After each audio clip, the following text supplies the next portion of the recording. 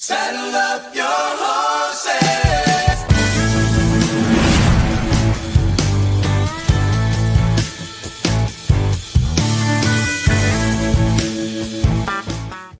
Pitter patter.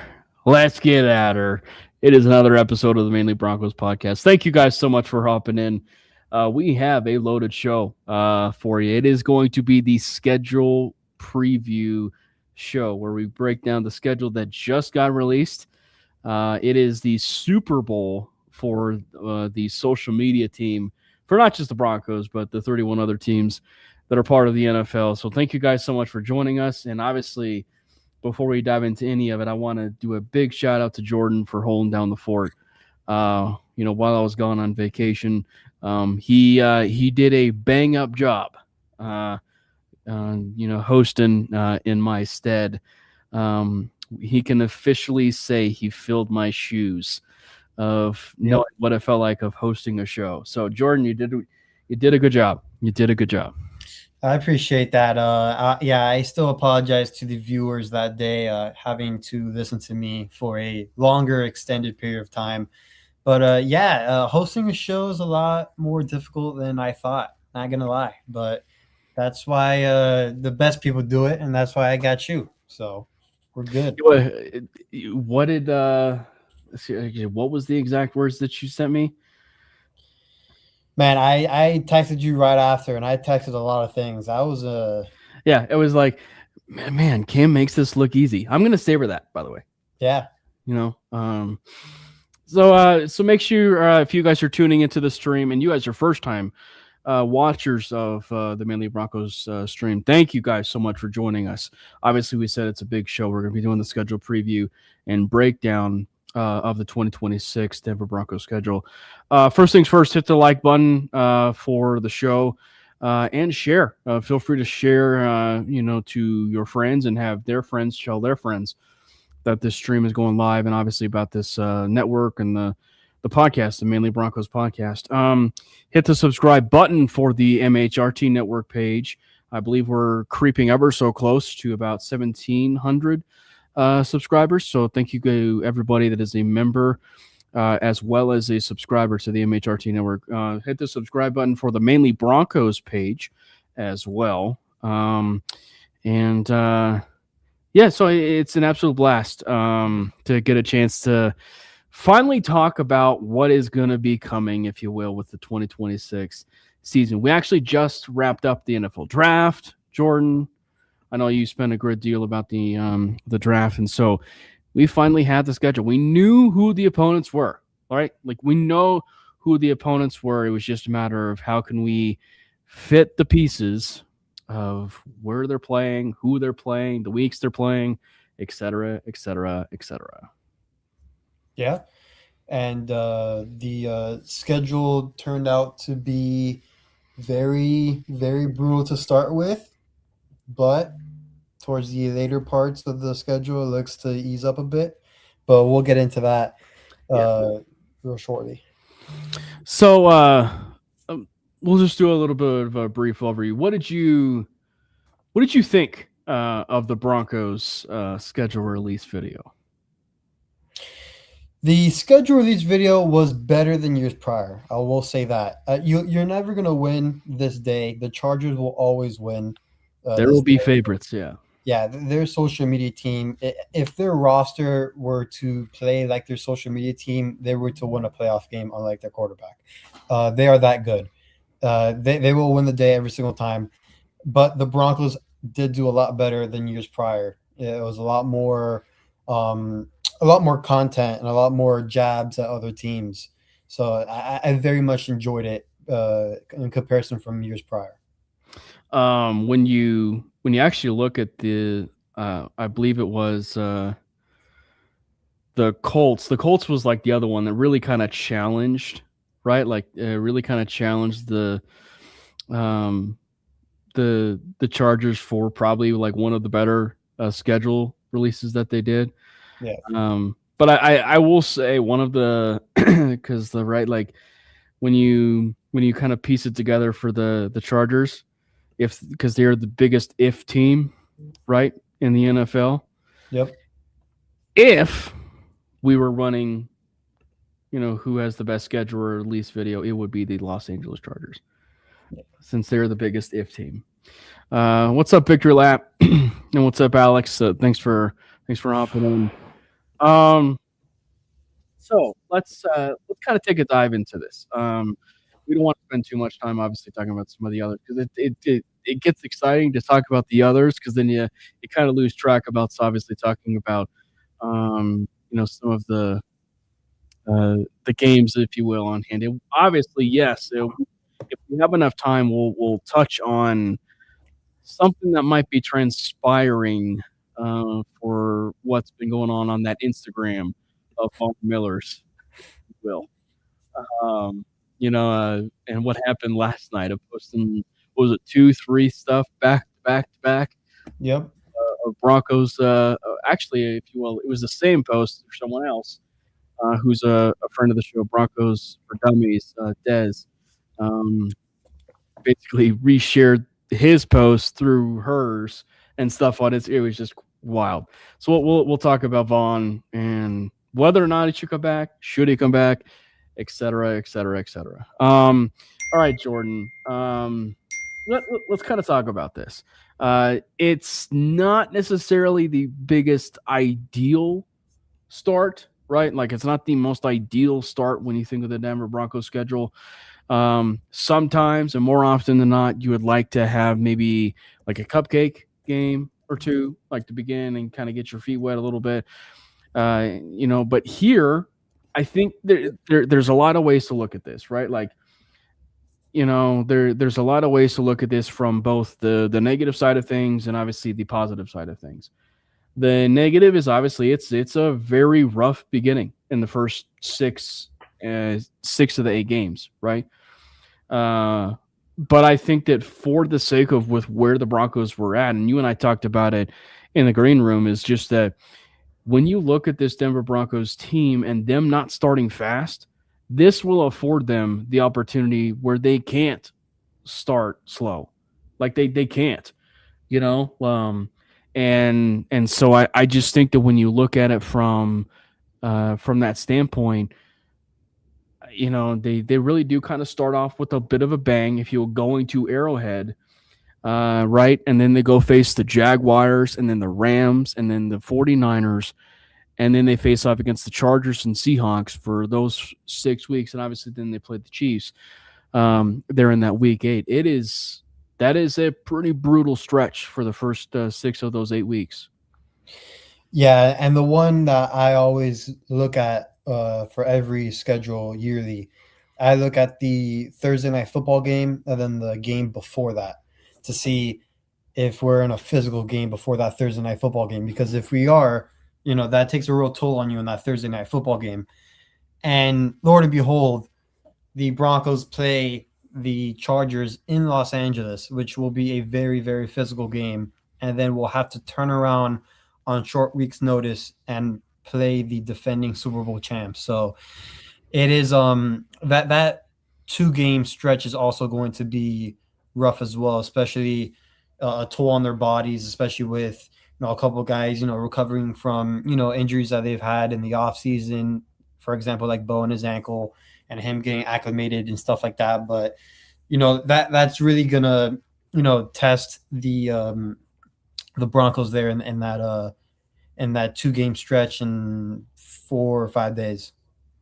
Yeah, it is. That is going to be really something I think is going to be worth monitoring. And I mean, obviously it's the given. You want to make sure that, you are of the utmost health at that point in time. And I mean, I think the Bo injury itself, you and I can probably say that it's like, it's been definitely blown out of proportion and everything for that injury. So, I mean, we're all expecting it to, to be a thing. And I mean, hopefully, and that's the other side of this too, is that hopefully that there's not really some injury concern. Speaking of that though, like to where you are beginning the season with a bit of an uphill climb due to a rather significant injury, not saying, Bo or anybody, but just like if there's some significant injury, you'll face a bit of an uphill climb on something like that. But I think that in years past, right, and you look at the way that things have been structured, under Sean Payton and everything, I think it's a pretty safe assumption that the Denver Broncos have to at least go 3-3 in that stretch. Yeah. Yeah, I think that's the minimum. If you walk out of there 3-3, I'd be happy. I'm not gonna lie. Even though that sounds not like a winner mentality, but I cannot stress enough the brutal 6-game stretch that is. I mean, between the Chiefs, even the Jags. I mean, I know the Jags beat us last year and kind of caught our attention, but I think they're even going to be better this year, if I'm being quite honest. So 3-3, and I'm happy. If we go 4-2 or better, we're looking pretty good for the rest of the year. Yeah. Man, but I think you and I kind of touched on it. It's just like when you look at specifically at those games and you look at them and you look at the way that it's been kind of structured, I do like the fact that they did get that, as someone mentioned about, to get the Jags, right, to get the get back. I think having them early is really a good thing. And I think having some of these teams early is a very good thing. Yeah.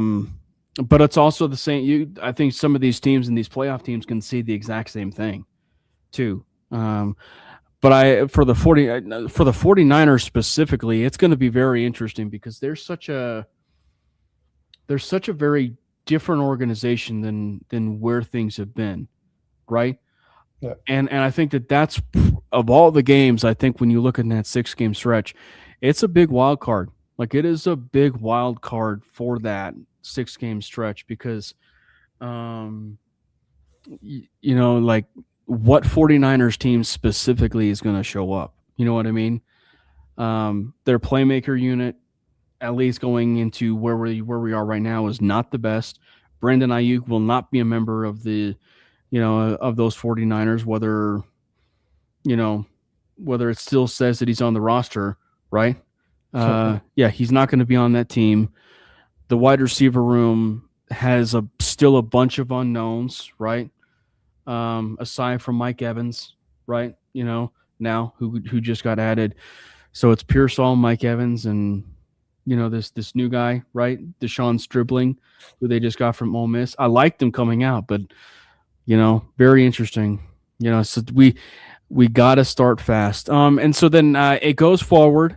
They do have a really solid bye. The Broncos do have a really solid bye at week 10. So they've wrapped up that first 6-week stretch.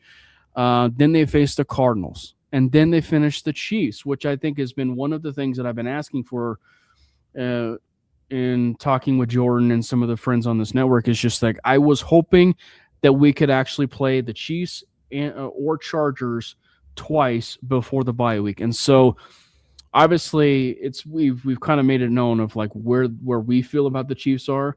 But if they do happen to have a bit of a resurgent year, you knocked them out.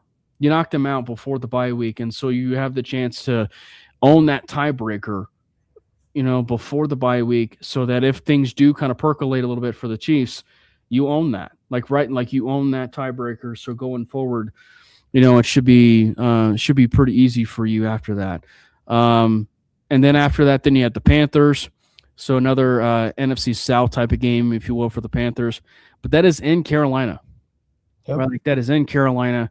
And then after the bye week, then we go and we play the Raiders. And then the Steelers. This is where it gets to be a little bit easy. It's a bit of an easier stretch after that 6-game gauntlet. So you have the Raiders, the Steelers, the Dolphins, the Jets, because the Broncos seemingly, for some reason, will always play the Jets now. I believe, what is it now, 6 years? Is that what it is? It feels like a decade. If it feels like a decade, where they've basically been playing the Jets for quite some time. They are the new Patriots, which is so funny because it's the AFC East. But, like, they are the new Patriots. I remember that one stretch where it was, like, 10 or 15 years ago where the Broncos just played the Patriots constantly, right? Like, constant. And that was even before Manning. But, like, they played them constantly. And so then you have the Dolphins, the Jets, the Raiders, and then the Bills on Christmas Day. There goes the PTSD gift right there. The Broncos are playing on Christmas. But the good news is they're home. They do have a home Christmas game. And then probably the one game that you and I are a bit weary of at this point in the season is that New England Patriots game. You don't know if it's going to be a Saturday game. You don't know if it's going to be a Sunday game. You don't even know if it's going to end up being a bit of a primetime game. That's kind of like one of those ones that might be up in the air. The Broncos have 5 primetime games, but there could be a 6th in there, depending on the Chargers and Patriots there to end the season. So that, in a nutshell, is the Denver Broncos 2026 regular season schedule. And I believe it was announced that their preseason is the Falcons, Packers, and Vikings. Yes, Vikings, yeah. So yeah, with this regular season schedule, so that little stretch after the bye with the Raiders, Steelers, Dolphins, Jets, and the Raiders again, those are 5 games where they need to go 5-0, minimum 4-1. And I would even lump in the Panthers there before the bye week, but I think the Panthers are a lot better than what people expect. And that's going to be a tougher game, especially in Charlotte. And I just have more respect for the Panthers than I think the majority. They are slept on. Yeah. But that 5-game stretch after the bye is where the Broncos really need to rack up those wins, because you never know what's going to happen in that beginning part of that stretch with the 6 games. And then even the last 3 with the Bills, the Patriots, and the Chargers. So you just don't know. That 5-game stretch needs to be 4-1 minimum. Right. And one of the things that you and when Brandon is ready and he hops on, one of the things we talk about all the time is trap game, right? And we talk about this nature of a trap game. Now, obviously, people have defined trap games differently, right? And some people have said it's a lesser opponent before you face a bigger opponent. That's kind of like how I viewed it a little bit. But there's also one where it could be like maybe a lesser opponent, if you will, but you're playing a tougher opponent, and so it's just one where you kind of have a tendency to kind of look. It just different ways of how you want to like interpret it, if you will. The game, though, that probably I would say stands out as a trap game, at least on the initial card, is unfortunately a game that happens to be in the first 6 to 8 games of the regular season for me, and it would have to be the Arizona Cardinals. As weird as that sounds, interesting. Just because the Broncos do face the Chiefs, they're relatively early in terms of wrapping them up, and they do have that home game. Is that you have the Cardinals, and then the Chiefs, right? Yeah. And obviously, I know that the Chiefs are going to be a bit of they're going to still kind of progress as far as their roster, because they've got a lot to work on in terms of their roster. But it's just that kind of stretch of games. It can make or break the idea of them going 3-3 in that 6-game stretch to 4-4 in an 8-game stretch. Yep. Yeah, I mean, when you say like that, I do agree with you that Cardinals game can be a trap game for sure. I mean, with them adding, Jeremiah Love, hopefully, in my case, Carson Beck is the starting quarterback there, and he gets, his opportunity there. But that's also going to play a benefit in terms for the Broncos too, facing a rookie quarterback, so they can kind of mess with him and stuff like that. Vance Joseph has a good track record against rookie quarterbacks, but the Cardinals roster, they have some core pieces on that roster that are not bad, at least in my opinion.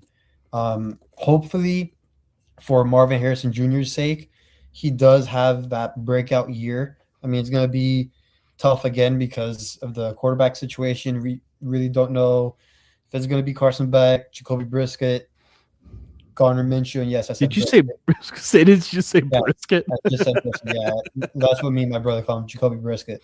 So it just flows out the tongue now. But we don't know who's going to be the quarterback. It's going to be I'll have to fact check that. there you go. with the new meme.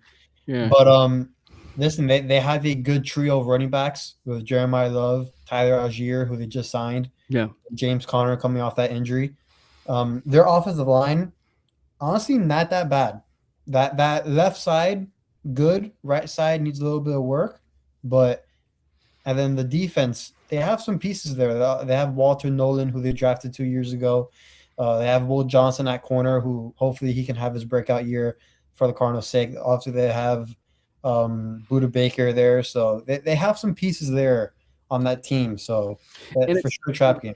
And it's an interesting one because, like, it's also, at least in the beginning part of the season, it's the beginning of the season for Mike LaFleur, right? Yeah. And if there's one thing we do know, is that at least from what we see with Matt LaFleur, the we'll see if the coaching genes are about similar between Matt and Mike. But some people have raved about Mike LaFleur, so we'll definitely see what happens there. But yeah, it's gonna be it is definitely gonna be one that it's gonna be worth following. One of the things that you and I kind of touched on a little bit is what is a game that you think could surprise some people? So obviously we said trap game, but like if there's a game where you could kind of see like, okay, it's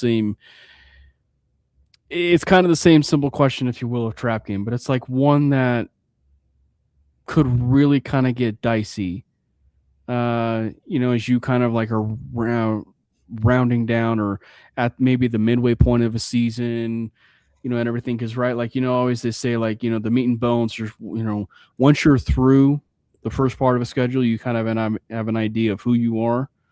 Yeah. So who is one of those teams that you kind of look through that maybe on that upcoming schedule and upcoming games that it might get a little bit interesting? Man, since we're not talking about lesser opponents, I will say that team that may surprise us, I think it's going to be the Carolina Panthers. Do you still think it's going to be the Panthers? Yeah, I was going to say the Jets because I do think the Jets had a really good draft, and those pieces are really going to help them this year. Obviously, I don't think they're going to be a playoff team or even close to it, but they will be in games that they're not supposed to be, at least in my opinion. But I do think the Panthers game, at least in my opinion, that Week 9 game in Charlotte, that could be a game where the Broncos can lose. And it's not a game that they should lose because of, they have the better roster, they have the better coaches, they have the better quarterback. But the Panthers are a sneaky good football team. I do like their new wide receiver that they drafted, Chris Brazil from Tennessee. I like him a lot. They just got, with their first round pick, they solidified one of their tackle spots. They don't know if he's going to be left or right tackle. I'm assuming he's going to be a right tackle. And then their tight end room, with Tommy Tremble, Jatavian Sanders, who I think still has a bright future with them. Jonathan Brooks.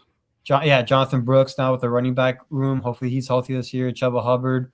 And defensively, Derek Brown's going to be healthy to start the year. J.C. Horn's been pretty solid. J.C. Horn. So they again, that's another team that has pieces. They just signed Jalen Phillips. That was their big free agent signing alongside surprised everybody, actually. So alongside Devin Lloyd. So the Panthers made some moves this year. So I wouldn't be surprised if we're in a barn burner with them. I think the easy answer of that is to say Panthers, but look, I want to preface it this way. I think the Broncos still have a pretty good shot, to have at the very least 11 wins this year, right? Like, when you kind of look at it and you look at probably their floor, I think 11 wins is that floor. But one of the teams, and I know again we dog on them and we kind of talk about them as far as being the lesser of a division, and maybe it's just the theme of continuing this idea of trap and everything, but like there's also the idea of teams surprising, right? And we've seen situations where teams just play really hot, right? Like teams play really hot in a certain situation, and it's due to the level of quarterback play. And it is the Las Vegas Raiders. I know that sounds crazy as far as a team that I think, and I just say that just because of where things are at with Clint Kubiak. He's a heck of a football coach. And with where that schedule is kind of lumped together, it makes it really interesting given the fact it's in the middle part of that schedule, right? But I think one of the better parts of that is you face them after basically 3 games. It's like you face them again after a 3-game stretch. So you face them relatively soon. Yeah. But it's just the idea of what is that going to end up being like after the bye? And I think to the Broncos' advantage, they have the bye week on that. Because hypothetically, let's just say that, Kirk Cousins, which I think we all expect, is that Kirk Cousins will be starting for probably the first 4 to 6 games, right? 4 to 6 games, if you will. But let's just say he doesn't, right? Like, let's just say he doesn't, and Fernando Mendoza is the one who was starting from week 1. You and I both know some of the best cases, if not the best case, is for a rookie to start right away and get the ground rolling, for them and their chemistry with the team and wide receivers and everything. So let's just say Fernando Mendoza is starting there in week 1. There is a very real possibility that Mendoza is not the same quarterback that he is come from week 1 to week 11. And obviously that means both things, Jordan. That means both things. He could be worse. He could be in over his head, because right at that point you're talking about right at or the same amount of college games at that point, right? Yeah. And so you're going to be adding about 4 or 5 more games, right? To that. So I think it's a very interesting situation. Do I actually feel like it, confidently it is the Raiders? Not necessarily, but it's just it's those teams and those types of situations that also too with it being a division game that really does kind of sneak up on you. Also, the good part about it is that we'll be facing them after the bye week, so we have a bye week to prepare for them, just for the team to get a little mental reset in the middle of the season as well. So, and also another good thing, even if Mendoza does start week 1 and he gets all those reps before our game, the Broncos defense is not your ordinary defense. Agree. So that's also another good part that plays in towards Denver's hands here. So we'll see how the Mendoza experiment goes with the Raiders. They're another one that had a good or so draft, but now it's just putting it all together. Now that they have a coach that's well respected, they are going to be a little bit better than what people think. Now, obviously, I touched on a little bit there, Jordan, and I want to know what the people in the comments think about this, because obviously this is a really popular conversation now. Specifically, when you look, it's the initial conversation when things get announced as far as like, okay, these are your opponents of who we'll face in 2026, and they'll do the exact same thing in, this year. Like they'll release and say, hey, these are your opponents for 2027. And then at this point in 2027 is when we'll get the schedule again for 2027. But at that point, it's like the beginning start of, well, what's their floor? What's their floor win total? For this upcoming season. So for 2026, Jordan, and for people that are in the comments, I would like to know, what would you say their floor is in win-loss record? I'm going to say their floor is 10 wins. I think 10 wins is a respectable amount. And then I'm going to go, are we going to do ceiling now or just floor? No, I think it's with the moment you do floor, I think it's really appropriate you do ceiling too, because you can't talk about one without the other. So I'll go 4-10 wins, and I'll go ceiling 13.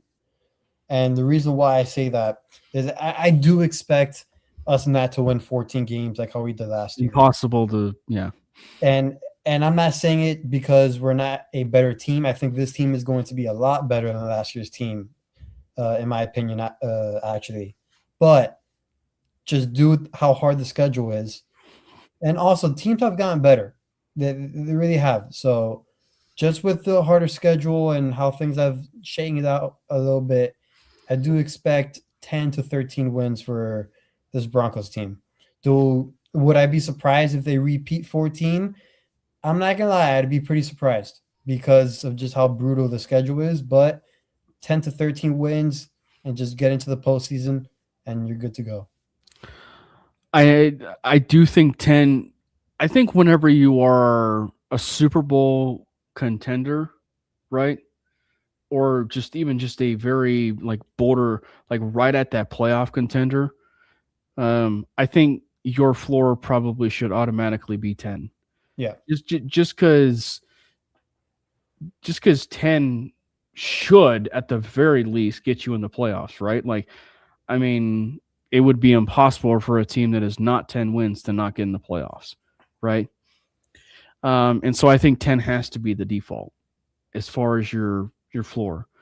I know I mentioned 11 earlier, but the more you kind of talk through it and then listening to what you were saying is like, yeah, 10 probably has to be your floor. And I would even agree with you too. I think it's also a bit obnoxious to think probably 14. Now, obviously, being Bronco fans and fans in general, I think it's really easy to want or expect the best of this football team. And so I think it's fair for teams to be like, oh, we'll go with 14 wins, right? I think it's fair still to probably expect that. But I would say probably 12-5 just to maybe be on the safe side of that. But I think the other thing, the other side of this too, and it's one of the reasons why I was a bit cautious to a degree, Jordan, when we were doing the stuff last year and the predictions last year, because I initially was thinking like, oh, well, let's roll with the idea that like let's go and have 12-5, 13-4, or even 14-3 type of prediction last year. And don't get me wrong, they achieved that. The Broncos achieved that last year. But I think that when you look at it from the standpoint of those records, you and I both know, for as much as chaos of that AFC conference is, if you are 12-5 at the very least, you are boundary number 1 seed, in the conference, right? And so if you can be right at that 12-5 or even that 13-4, you are doing quite well. And so I think that the 12-5 record, I think, is kind of where I have things right now. Yeah, I mean, it would be hard to argue that. I mean, again, just with the schedule being a little bit tougher than last year's, obviously you have a first place schedule, which means obviously that we won the division last year, and then also playing the NFC West does you no favors whatsoever. But again, I do think the roster is good enough to muster minimum of 10 games, and then also steal a few of these games on the early part of the stretch. Because if the Broncos do go 4-2 to start that 6-game stretch, then you can start talking about 12 wins. But again, it all depends on how these Broncos start off. Yeah. And maybe that's a fair point as far as like their floor. It just depends on that beginning schedule, right? Like I think that's the part of it too. To kind of like bring it back full circle for what we were talking about at the beginning of this, Jordan, is if they go 14-3 again, it's because they went and darn near went undefeated in that stretch, or only lost 2 of those games, in the 6 of these, right? Right. So I think that when you look at it from that standpoint, if they go 14-3 again, well, for one, there's a lot of ways to unpack this. if you go 14-3, you only lose one game the rest of the way Yeah. at that point. And that means that you're encountering almost a 10-game winning streak again, which I think is also a bit premature to think that that's going to be happening as well. Not saying it can't happen, but I think it's a bit premature to think that, oh, we're going to have another 10-game winning streak. But if they are 14-3 again, it's because they were 4-2 in that weeks 1 through 6. Yep. I mean, out of those 6 games, you would like to at least win those AFC games because they're going to matter. So the Chiefs, obviously, Jaguars, and then the Chargers game. You can afford losing those 3 NFC games, but I will say I think the 49ers game's a little bit more winnable than what it appears. Again, I'm never going to doubt a Kyle Shanahan team, but just in terms of roster-wise, I do think the Broncos have a better roster than the 49ers. But that Rams and Seahawks game, especially the Seahawks game on that Thursday Night Football, are going to be a bit tough. But I will say that Rams game being at home does make a big difference. And Seahawks game being at home. Correct. Yeah. And so the fact that you're going to have that, I think, is at least good for you. So let's kind of do something literally fun as far as like with those 6 games. What's your confidence level? If you're, we'll just start with the Chiefs in week 1, right? Like the first early confidence level, not like it's a different way to look at it, like the betting line, right? Like, like I think they said the early betting line for the Chiefs is like 2.5 or whatever. Yeah. As far as being overdogs. But like for us and just kind of looking at it from the game side of things, we'll just go off of like percentage of confidence, just starting with week 1. What is your percentage of confidence of the Chiefs game? I'm going to say I'm pretty high up there. I'm like 80 to 90% confident in this game just because the first game of Mahomes coming back from injury is going to be against a defense that he has struggled against in recent years, even though people won't like to admit it. But he has struggled mightily against the Broncos defense. This defense also hits the quarterback at the highest rate in the past 2 years, and this is going to be his first game. I understand it's in Arrowhead and all that, but for that to be your very first game coming off that injury, it's going to be tough. It's going to be tough. Well, I said it on 5280 on Tuesday. It was just like everybody makes it as far as this is a pro Mahomes thing, and it might just from a prime time side of things. But if I'm actually Mahomes, and I like I said, I said this on 5280, but it's like if I'm actually Mahomes, I'm actually very pissed at the NFL because, here I am. I'm trying to recover from an ACL, MCL. There's no guarantee I'll be ready for week 1. And you just set me up with the best defense in football to start the season. I mean, obviously I'm in my own building, but you set me up for a primetime game on Monday Night Football where everybody's going to be fresh, and I might not even be fresh. Yep. So if I'm Mahomes himself, I'm actually mad about the scheduling. And I think for my own sake, I could care less if it was home or away. Because, I mean, I will never say that I will, go against the idea of having a home opener on week 1. I love the idea of having a home opener on week 1. But I think just for the Chiefs, I think having that game early specifically in Arrowhead, that early specifically, is a massive win. And I'm actually not expecting Mahomes to play week 1. I'm not.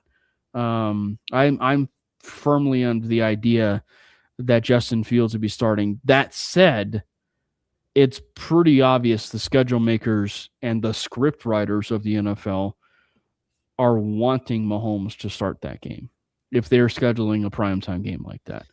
Yeah, and I think the NFL wouldn't put that as the first Monday Night Football game if they didn't know that Mahomes was going to be healthy enough to play, and even Bo Nix. So I think we can expect both of those QBs to be out there for their teams. But the reason I'm just so confident in that game is not just because we swept them last year. It's more so because there's a lot more positives in terms of advantages for the Broncos than there is for the Chiefs. Because also remember, Jalen Waddle's debut for the Broncos will be against a rookie cornerback, and I understand that Mansour Delaney's a very, very good corner out of LSU. I truly do understand that.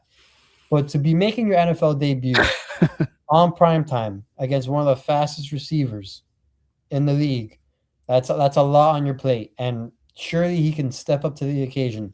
But that is a lot to ask, especially against a Chiefs team that also comes out the gates very, very slowly as well. I mean, everybody talks about the Broncos that are very known to come out the gates, early and struggle. Andy Reid has done that a few times too with the Chiefs. So at the end of the day, the Broncos are also known for these primetime struggles. This Monday Night Football game might be a primetime struggle. You know what's interesting? As we're kind of talking through this 6-game stretch, and I'm not trying to make it seem like this, again, that are like this 6-game stretch is maybe easier than people are giving me credit for. But there is one game that I am very thankful it's in the very early slate of the season, so the Broncos can get that bad taste out of their mouth. For what happened last year, and it's the Jaguars. I actually love the fact that they did that for a week 2 game. It could have been fine if it was a week 3 game.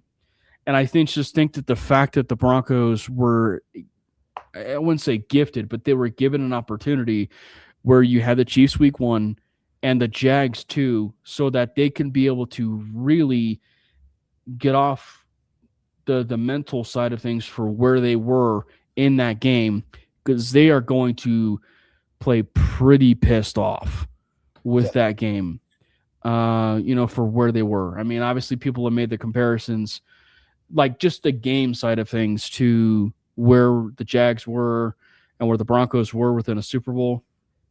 So a lot of people made that after that game, and it was pretty noteworthy comparisons. So yeah, that was definitely one where I'm circling that. And I think just if you're kind of nitpicking the first stretch of 6 games, Jordan, I love the fact that they have the Jags game in week 2, that they can be able to do that and really kind of, feed off that in week 2. And I think going off the confidence part, I think for the Chiefs, I would probably put it between that 75 to 85% confidence. Because you still want to hold out that 25% that Mahomes might play or might not play.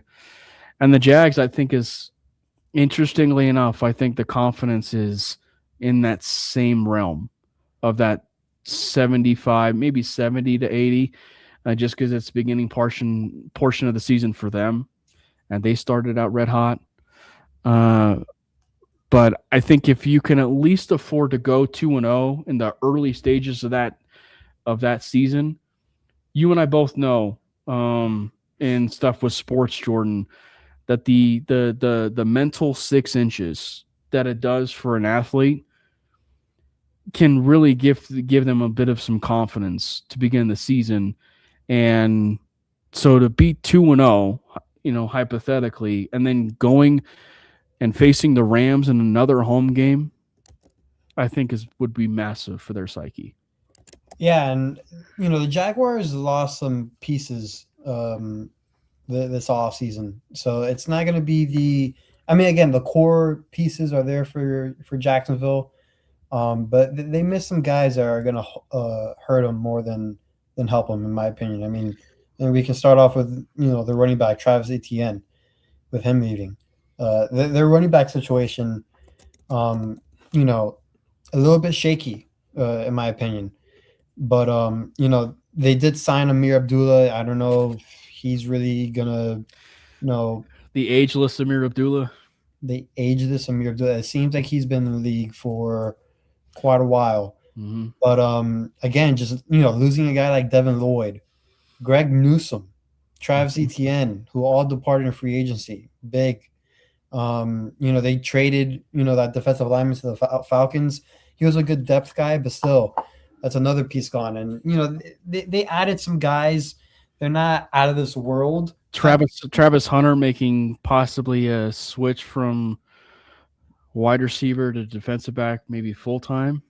That is also true, and we didn't see him play last year because he was hurt against us. So that will be also a new face that will be playing. But I think that game is going to be a little bit easier this year than it was last year.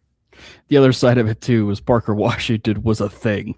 The first or I should say it was like the 3-game stretch or whatever, the 4 game stretch. There was probably no wide receiver in football in that 4-game stretch that was as good than Parker Washington before he came to Denver. So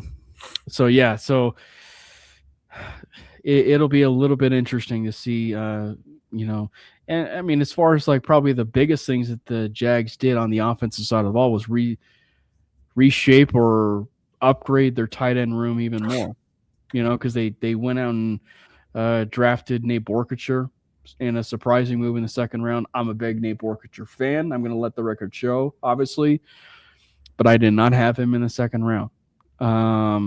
So I'll be the first to tell you that I did not have him in the 2nd round, nor the other tight end that they got. That they decided to take a little bit later. So they kind of made their room a little bit more comfortable for them to go along with Brenton Strange. So yeah, it's going to be a really interesting game there in week 2. But the Rams, the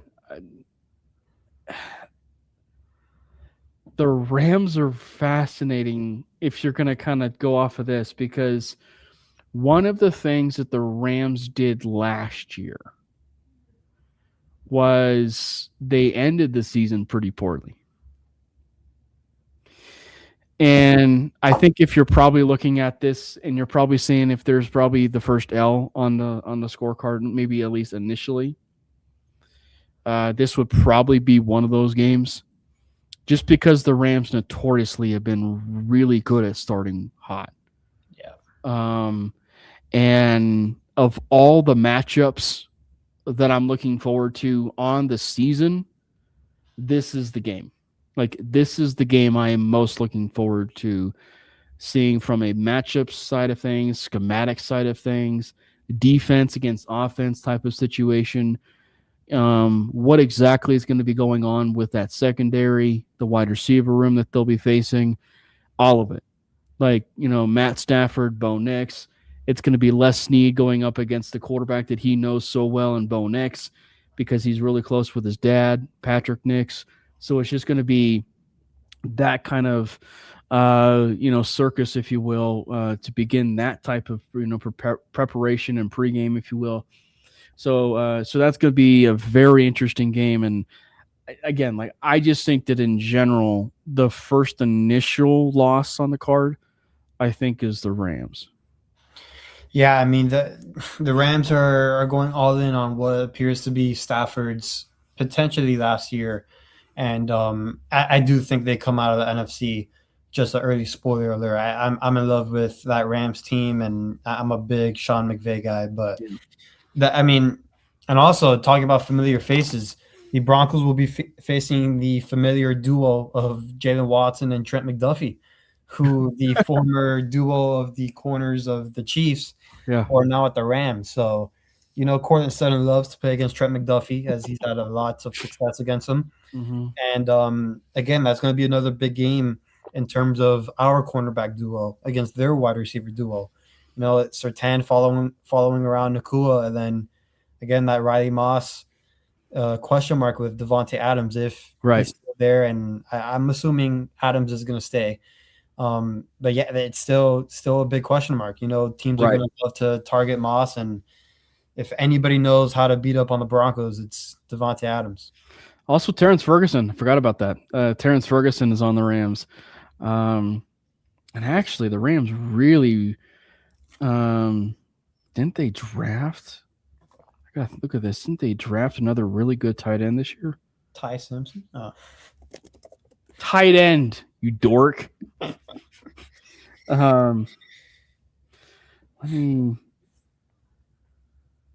Yes, they drafted Max Clear from Ohio State.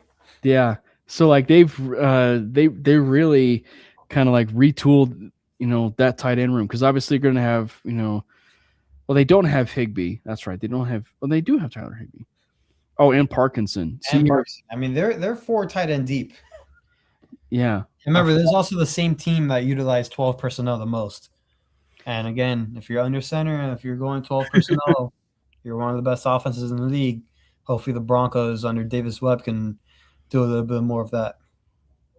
Man, but yeah, I am really curious about that matchup. So, Davis Webb is gonna have his work cut out for him in the first six or so games there. So moving forward, So as far as the Rams' confidence, I will I'll still play the safe card, and I will say 50-50. Yeah, I agree. But as far as that, and I'm going to make a prediction as of right now. That's probably the first L of the season. Now, then we go to Levi Stadium, which the Broncos know so well, dating back to the Super Bowl 50. That they had where maybe Von Miller suits up. We'll talk about that here in a little bit. So they go to Levi Stadium and they face off against the San Francisco 49ers, against the former ball boy, water boy, if you will, who used to be a member of the Denver Broncos and whose father should be in the Hall of Fame by now. Yes. So obviously some massive Bronco connections through the roof. With that specific game, maybe if you want to nitpick primetime games, that is one game I am surprised is not a primetime game due to the fact that there is just so many connections of the Broncos and everything in the 49ers as well. So I am surprised that thing is not a primetime game. But I would just say that one is probably a confidence one of maybe 60%, 65%. I will say I am a little bit more confident in that game as well. And it's just due to the rosters of both teams. And again, the 49ers acquired a lot of talent this year, starting with Mike Evans and Christian Kirk, who have revamped that wide receiver room because we don't know what's going on with Brandon Ayuk. But with Mike Evans, Christian Kirk, Ricky Pearsall. Christian Kirk, I forgot about that. They signed Christian Kirk. Yeah, Christian Kirk. They still have Ricky Pearsall. They got their rookie that they got from Ole Miss. So again, George Kittle's still there. Jake Tongue's from tight end room. So they did a little bit of rehauling in that playmaker department, and then defensively, they got a very familiar face and Dre Greenlaw back, and he's back there with the 49ers, and he plays good with his buddy Fred Warner, and they made a couple other additions on the defensive side, but he'll be lamped up to play. Oh yeah, especially with some leaks coming out, maybe it wasn't the best fit and stuff like that. Yeah. So, but again, defensively, their talent is so. I mean, again, Fred Warner, Greenlaw, two very good players, but Nick Bosa, if he's always hurt, and hopefully he has a healthy year, but besides those three guys, it's very shaky the rest of the lineup. Yeah. So I would say 60 is probably the safe bet. Jordan, would you say? I would agree with 60. That moves us to the other team that is in the same state, and that would be the Los Angeles Chargers. Now, I think just the fact they're staying on that state, I think is probably the best thing about this, is that they're staying and they're just going to go ahead and play the Chargers in that same. I wonder if they just stay there. I wonder if they just stay in California. Sean Payton obviously does that for, Greenbrier when they face the Jets. Yeah. So I wonder if, maybe that's just a case where he just kind of just stays in California and they do some sort of training and practicing and everything, since they're just going to be basically there in California for 2 weeks. But yeah, they play the Chargers. And obviously it is well documented that the Denver Broncos are on a bit of a skid with some of the Chargers. But I think that, and obviously I say that they blasted the Chargers, at the last end of the last game of the season last year, and they faced them again this last end of the season this year. So, but it's going to be interesting. They will be in Levi, and I'm sure that, when you look at it and you look at the game that was of, the Broncos and Chargers around this point in time last year, because the Broncos played the Chargers at the early point last year. I think the Broncos would want to get some of that bad taste out of their mouth as well. So, yeah, so I would probably say 55% on this one. Yeah, I would even raise it up a little bit to 60, 65. And the only reason I'm saying that is because the last few times they have played the Chargers, especially at SoFi, they've been winning the game. They've had control of the game, and they lose it in the fourth quarter. And I know that has to piss Sean Payton off to the max. So finally being able to finish that game and come out of there with a W is for sure going to be a priority on his mind. And I think in addition, like Jalen Waddle is going to get us over that hump. It didn't take until that fourth down touchdown pass by Nix to Sutton to get our first points of the game midway through the game. So it was a bit of a struggle there. And then once we got control of the game, had the lead, and then we gave it up. I think the year prior, we lost on that game-winning field goal off of a special teams mistake. So it's been mistakes due on the Broncos side of things where we have shot ourselves in the foot against the Chargers. So I do believe that game is going to be of priority, and I do expect the Broncos to get that game in SoFi. Yeah. And we all know that the Broncos travel quite well, down there to SoFi, since the Chargers only have about 12 fans. Yes. Some were robots, because I remember that one period where I think it was during COVID, where they did robot fans. I believe it was for the Chargers. And so, because the Chargers have no fans, they had to, replicate, the majority of their fans as robots. So that leaves us with the Seattle Seahawks. Super Bowl champions. This is a wild card because obviously the popcorn is going to end up being PS2 on Jackson Smith and Jigba entire game. But it's going to be very interesting because Darnold has surprised a lot of people, myself included. I mean, he has become a really good quarterback in the league, and he's kind of become exactly what the Jets had hoped when drafting him. And it's going to be interesting. Like, it's going to be very interesting to see what happens with this game, because Seattle, for as much as they, relatively speaking, had money, they lost some rather key pieces, for that team. As far as Kobe Bryant left, no relation to the Kobe Bryant, but Kobe Bryant left, the pretty good safety down there. Obviously, we know that K9 went to the Kansas City Chiefs. Jadarian Price has been added to that. He's a really good running back.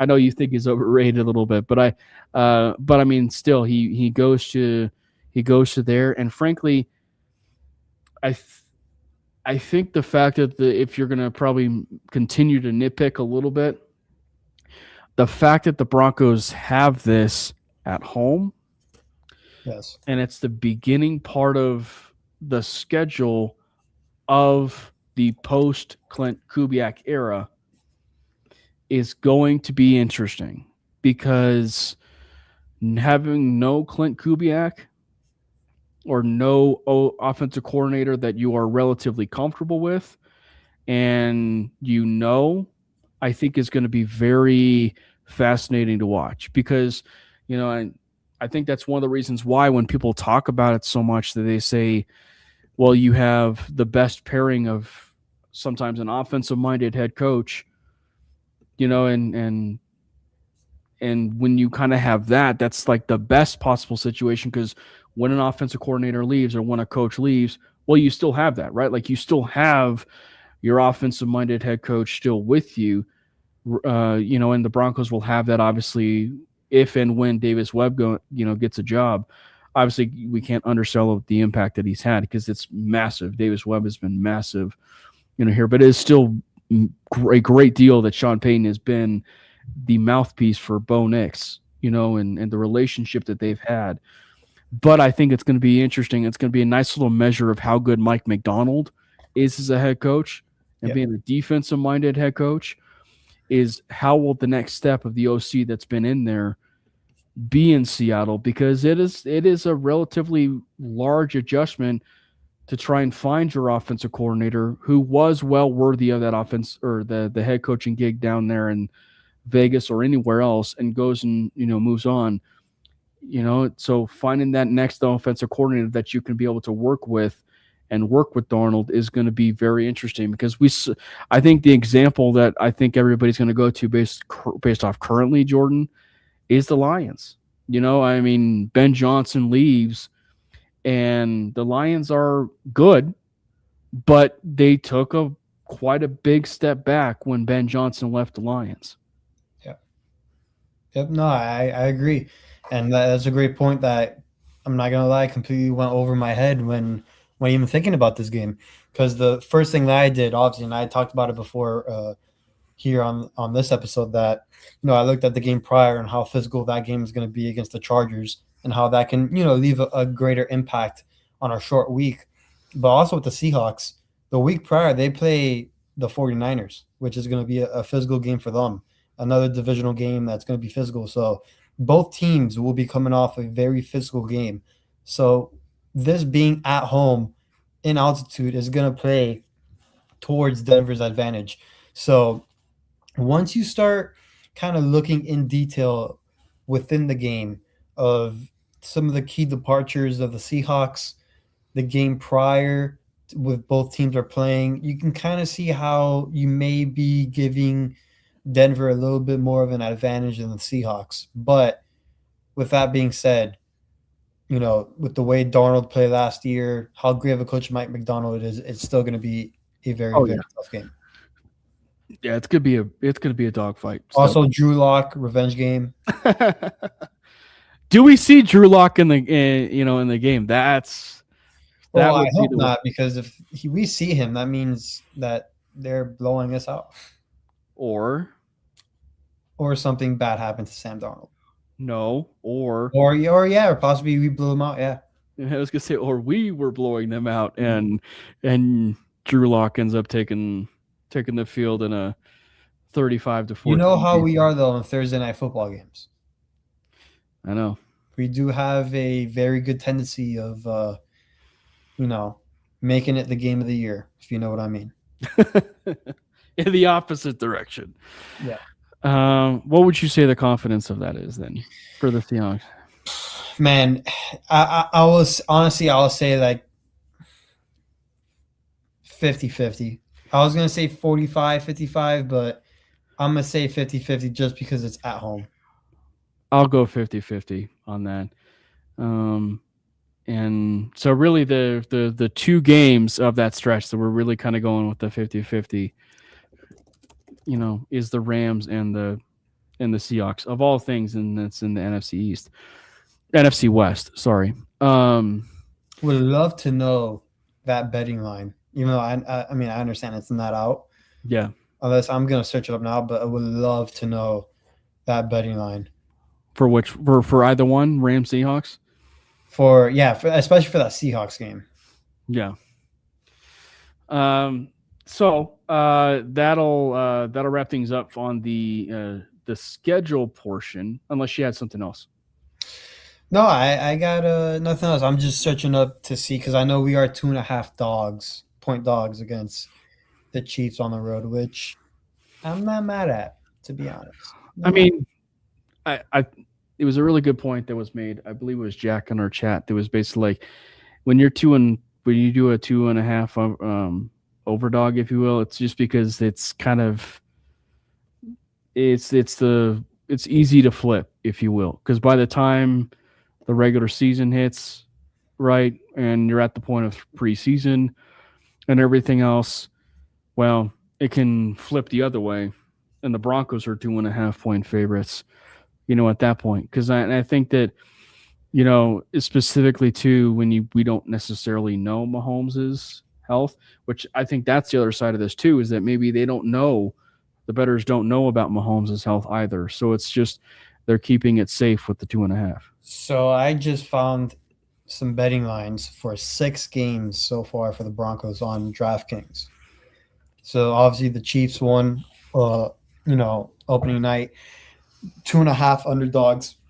And then they have a betting line for the Rams game in Denver, 2.5-point underdogs in that game. Then they have a betting line for the 49ers game in San Francisco, 2.5-point underdogs in that game. The 4th game against the Chargers in LA. 5th game. 2.5-point underdogs in that game. The Seattle Seahawks. Oh, no. The Seattle Seahawks on Thursday night at home.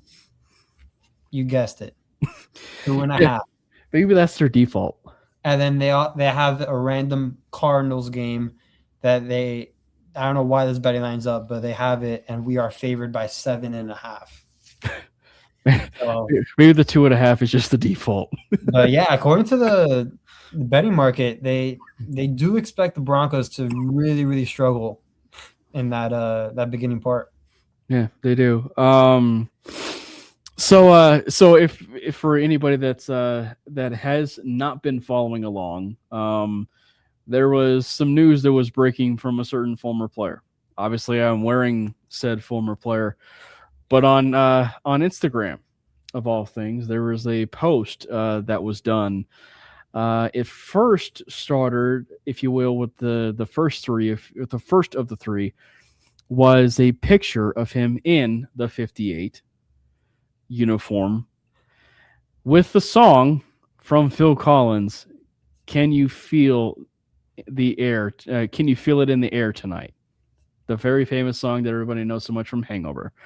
Or I should say got re-famous, because of the Hangover movie. And then he followed it up with a number 24 Photoshop that was done in an old Broncos uniform, and basically with the emoji of the I believe it was the purple head emoji, with the bubble on the head, kind of making think like he's processing something. And then he reshares his Instagram post through a Broncos content creator who's Broncos for Dummies, who does great comedic and also content work for Instagram, and she does a great podcast. Her name is Des. Great stuff. But he reshares that, basically continuing to add kerosene to even more fire, which could possibly mean that he very much wants to be a Denver Bronco. And actually, I should say this. Maybe there's a fourth one in that, and that was he shared an interview that was done by someone of the Broncos community, and they asked him about what it would be like for Von Miller to be a member of the Denver Broncos, and it was asked to Nick Benito. And Nick Benito obviously would welcome the idea of having Von Miller on his football team. And he shared that on his Instagram story. What do we make of this idea that is not an April Fool's joke, according to Von Miller? Man, wouldn't it be awesome if that Monday Night Football game against the Chiefs in Arrowhead, we just see Von Miller running out there? Oh, man. Wouldn't it just be awesome? Okay, so I was just hypothetically throwing out numbers, but I see the vision of him not wearing 58, but he wears 40, right? He wears his college number. He wears 40, and they retire 40 and 58. Sorry, Justin Sternad, by the way. But he wears 40, and then he retires a Denver Bronco after winning a second Super Bowl as a member of the team. I see the vision, but I will say this: I understand a lot of people were saying, oh well, he put himself in 24. I'm okay with that too, because that means that you have Champ Bailey and Von Miller that were both repping number 24. So I can't say no to that either. But what would you say as far as him kind of coming back and rocking a little bit of a different number that would be slightly different, if you will, than that 58? In terms of like his number? In terms of that number. I mean, I wouldn't. I don't want to sound bad, but like I know it doesn't really matter what number Von's gonna wear. Like I don't see him wearing. I know he had that picture of him wearing 24. I don't think he's gonna wear that. I can see him coming back to 58. No one's really wore 58, has they? Like as far as like, I don't think so. But if he even wants to go back to 40, guess what, Justin Strnad? You're going to switch your number. All right. The famous what is it? The funny video where they rip the shirt. Just get some of the rips. I mean, it would technically be that, and I think Justin Strnad is aware enough where he would just give up his jersey number. He wore 23 in college. Not now. That would have to require. Yeah, I believe it would be what is it, Jade Barron to give up 23, but and then at that point, Barron would have to wear number 7, and good luck with that. But no, it's definitely doable. But let's just kind of touch on this. Do I think it's a very noteworthy point when people say, does he fit schematically? And does he actually fit depth chart wise for this team? I understand where people come from there. I do. I understand, because it's something that you can't gloss over. But we are still talking about a player who had 9 sacks in a very limited amount of time with the Buffalo Bills and even the Washington Commanders. So where you're adding a rather depth piece who's clearly on the back 9 of his career and producing, when he was with the Washington Commanders, 9 sacks last year. That's more than what Jonah Ellis, who when he was an edge rusher, contributing about 5 sacks a season, Dondrea Tillman, and those were quality numbers on an edge unit that, had the highest sack rate, in football the last 2 years. So you're adding that of 9 sacks to a room that how can you possibly, say no to something like that? You know what I mean? Because it's just like, but again, it's one of those things. Like, I understand though when people don't want to bring it in just because of, you want to see the youth, you want to see the young developmental pieces of the Q Robinsons, right? The Dondrea Tillmans. Like, you want to see those players perform. And, so you definitely do want to see that. And I definitely respect that. It's just one of those things, like, and you see the numbers that he has kind of produced a little bit at the stage that he has. It is pretty hard to ignore with those small snap counts. Yeah. And it would be like, do we really think Von Miller will be willing to play some special team snaps as well, which, just knowing that, I don't think he will be. But because again, if you're going to be, and I'm not going to say he's going to be like the last guy on the depth chart, but I mean, we do have some pass rushers that, they may not have the name, but they have shown very, very good flashes, whether it's preseason, training camp, or even games. I mean, we have seen some guys on the back end of that depth chart, showing some flashes in regular season games. So again, I would still love Von to come back. I really would. Now, usually those low-end depth chart guys usually play on special teams and get those snaps. Just don't know if Von is going to be willing to do that, or if that moves a more prominent player to do it. So there's just a lot of questions surrounding it, but I would love him back. It's a very interesting conversation the more you kind of peel back layers because, and it just kind of dawned on me on this. One player specifically, I actually think he would be okay with it, but also he would understand, would be Q Robinson. And I know that sounds crazy, but that's just because if you do talk to Nick Saban, and we remember the conversation that had been had of Nick Saban about Q Robinson, he also called him one of the best special teams players he had ever coached. He loves playing on special teams. Now, with how wiry and how bent he is as a pass rusher, it's crazy to think he was even on special teams and how talented he was, at that point. But when you love that and you love being a part of special teams, it's something to consider a little bit, and I think there's also a world where, there used to be those years where, you don't necessarily see your best players on special teams. But I think the one part of it that really has always kind of made me appreciate Pete Carroll as a coach necessarily, where you really saw it prominently, was when he was the Seattle Seahawks head coach and you saw key contributors of your starting defense play on special teams. And I think they did that when Cam Chancellor was safety, when Earl Thomas was safety. I think he even had Richard Sherman there playing special teams as a gunner. So, I mean, like, when you value special teams like that, you're at least considering the idea of having some starting level talent, or players that are really good contributors on your special teams unit. So if you can do that, I think Q Robinson would add a lot to that special teams unit if you can do that. I agree. So that's at least a window where you can look at things like that. And as far as we probably didn't get a chance to talk on it, I actually haven't had a chance to talk about the draft class. You didn't do a show last week, did you? No, not last week, though. The week before.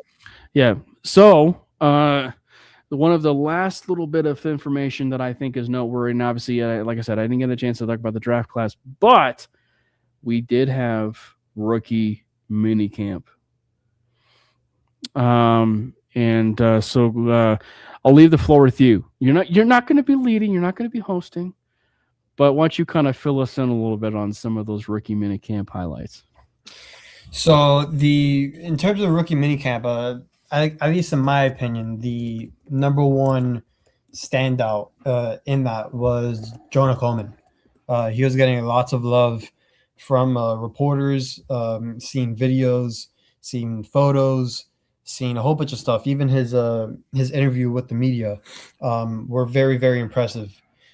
Just a strong running back and looks a lot more explosive than what people think.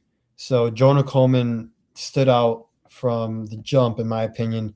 And then also, even though he's not a rookie, he's a second-year guy, but when Sean Payton goes out of his way to compliment and talk about a player without it being asked to him, that means you're doing something good. And the fact that he mentioned Caleb Lohner and how much he's gotten better and how much he's impressed in rookie minicamp, I think that says a lot. I think it really does. Brandon. We made it, boys. We made it. Oh, Brandon. Dude, having to go pick up your jury summons from your old address because they sent it to the wrong place. 0 out of 10 experience. Don't recommend that. You just missed the Von Miller conversation, who quite so well. Oh yeah, Brendan. My totally legitimate blood sibling relative who has signed the football that is just to the left of my camera. And your longtime profile picture that ended up being changed in the last 2 years. Breaks my heart, man. Breaks my heart. You just caught us talking about rookie minicamp, but I want to know, we'll bring it back. So kind of take us through. Man, dude, this This is brutal, man. Whoever put these schedules together, I don't know. I don't know how I feel about you. I don't know how you feel about this team, but you're like, this is if I can sum up this schedule in a couple words, literally 2 words. This is the shortest I can make it. This schedule is prove it. You made it to the AFC Championship game. You say you're a good team. Prove it. That's what the schedule tells me. Because these first 6 weeks are horrible. Like, I don't think I could have drawn up a worse schedule than this for the first 6 weeks. And it's, I don't know. This is going to be, I think this is going to be I'm actually trying to double check. The first game is on the road, right? Yeah. Okay. Yeah. So this is going to be the determiner of the season. I think like the way that the season goes is going to be determined in the first 6 weeks. And the reason I say that, like, first of all, going to Arrowhead is just dirty work by the NFL because it should be in Denver. Everyone knows it should be in Denver. We swept them. We won the division. We went to the AFC Championship game. Let them play at home.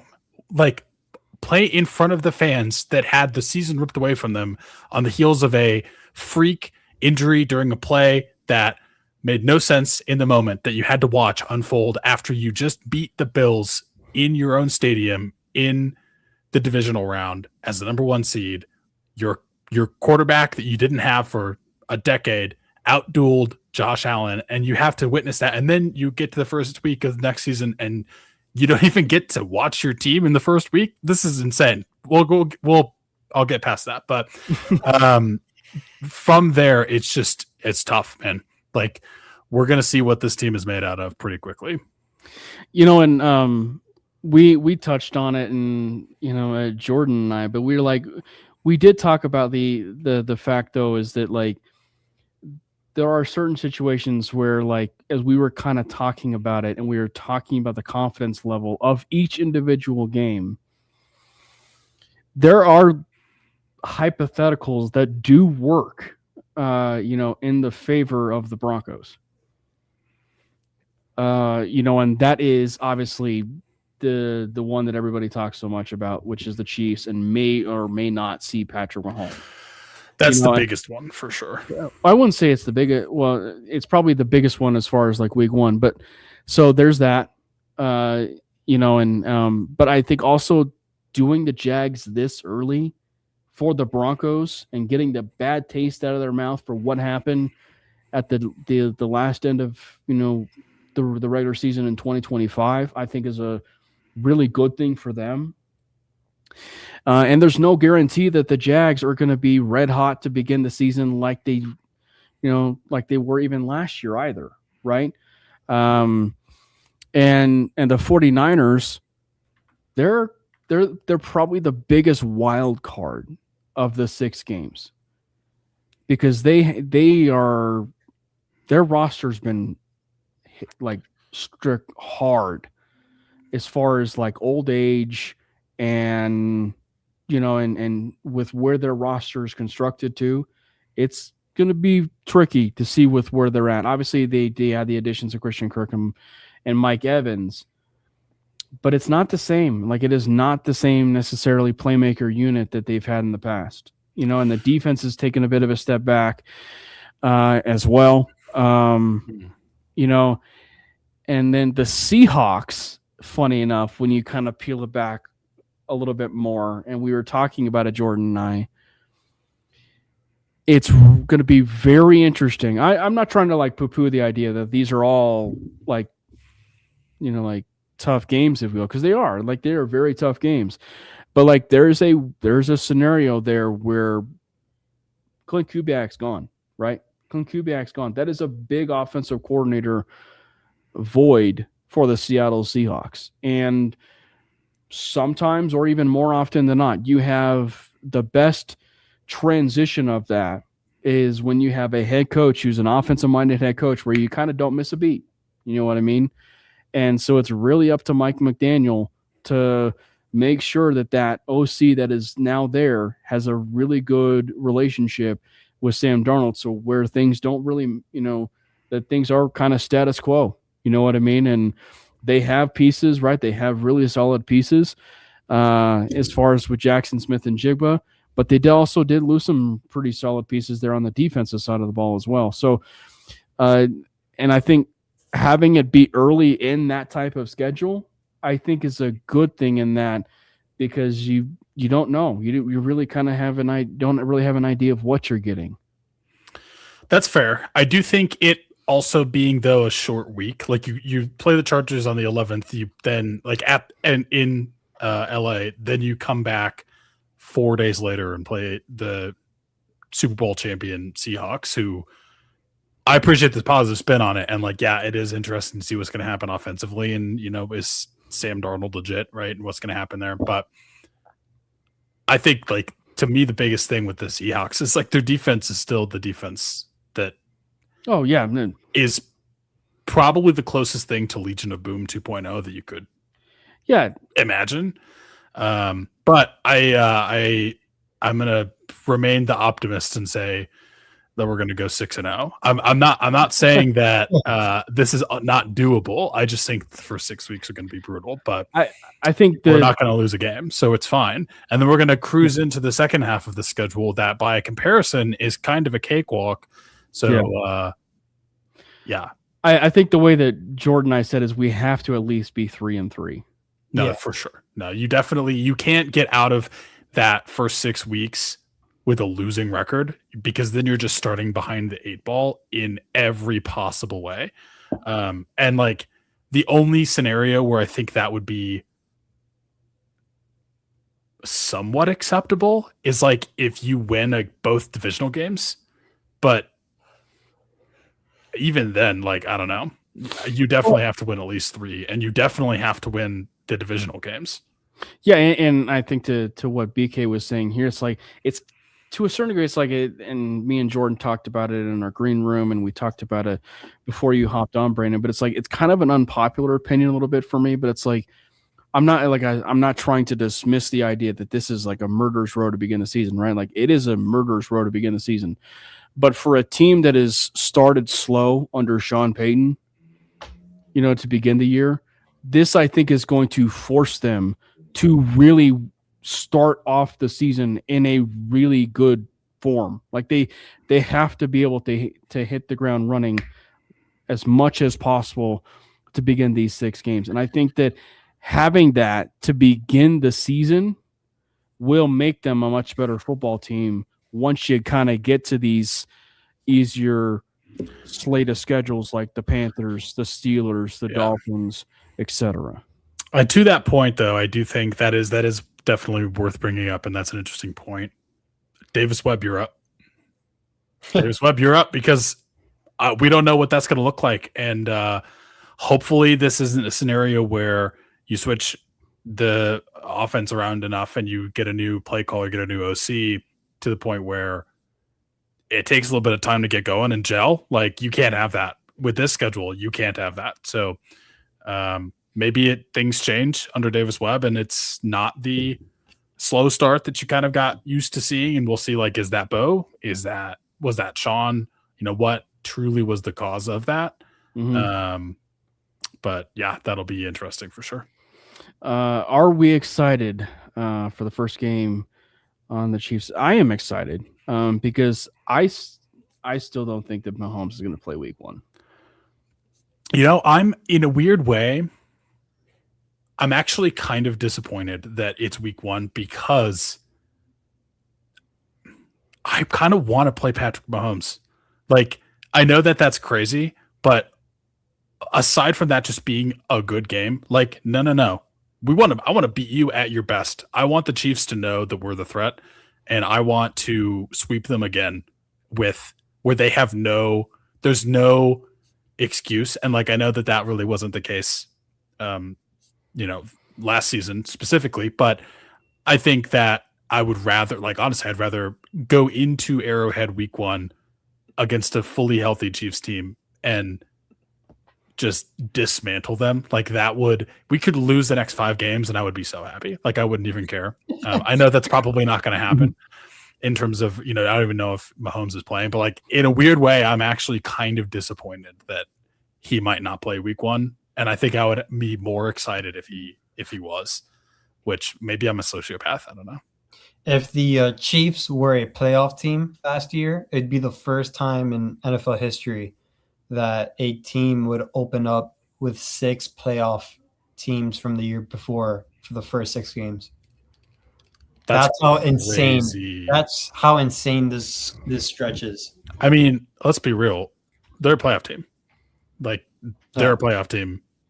Even though you're talking the Broncos. No, the Chiefs. Oh. Like if Patrick Mahomes is healthy, that's a playoff team. Mm-hmm. Like even though they didn't look good, it's the Chiefs. It's the NFL's golden boy. They're going to be let into the playoffs. So this is the first time. But it's also, it's one of those takeaways, Brandon, that I think is one that I was hoping for to begin this or to do this season. And it's a slight change in what we've seen in the past.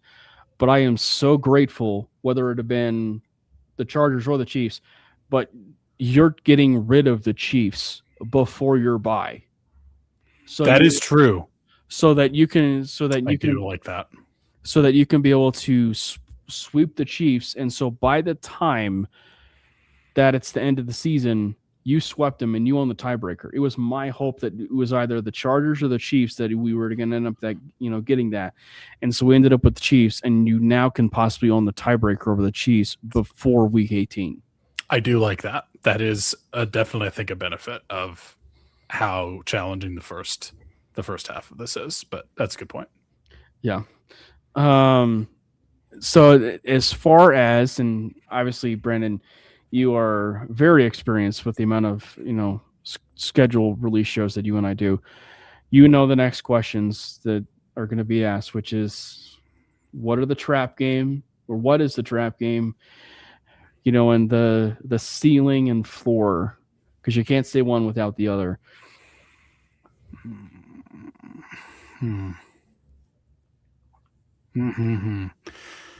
Oh man, that's weird. It's hard to say. Like, part of me is like, do I believe in trap games? I don't know.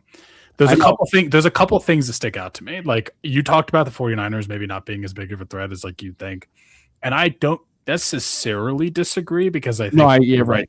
Their roster kind of was gutted. But to me, it's like, okay, is Kyle Shanahan still the coach? Check. Is Brock Purdy still the quarterback? Right. Check. Is Christian McCaffrey alive? Check. They're a problem.